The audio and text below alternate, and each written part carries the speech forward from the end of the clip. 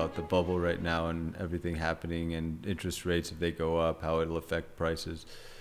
I mean, but with construction costs like you were talking about, I was listening to something on the way up here when I was driving, and it talked about how a lot of the waiters and busboys in restaurants are now, they used to get paid $15 an hour.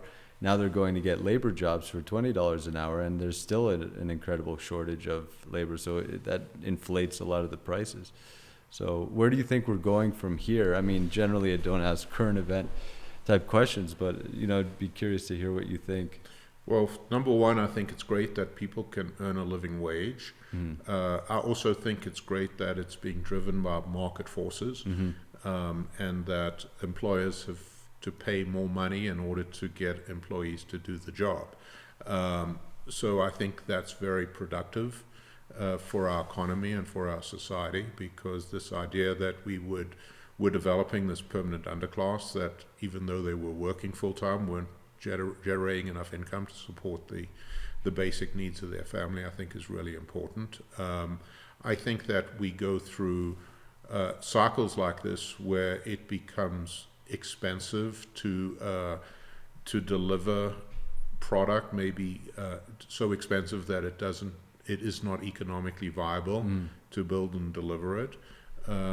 On the other hand, my view is evolving into one where I think that a lot of the factors that are inflationary in our environment are going to diminish over time. So I think that there are a lot of transitory cost increases that have occurred in the market, and I think a lot of those are going to change over time. So a very good example of that would be lumber, which had close to quadrupled in price. And we had development projects that we were working on that just didn't make sense given the cost of lumber.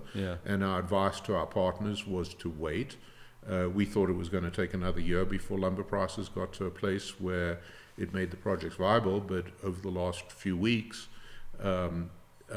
prices have come down pretty significantly. So I think there are market forces in effect that will ultimately bring these factors into equilibrium, and I think that the societal benefits of labor cost increases are going to be very positive. On the other hand, I believe a lot of people will enter back into the labor force again when the unemployment benefits expire, which I think is going to happen around Labor Day.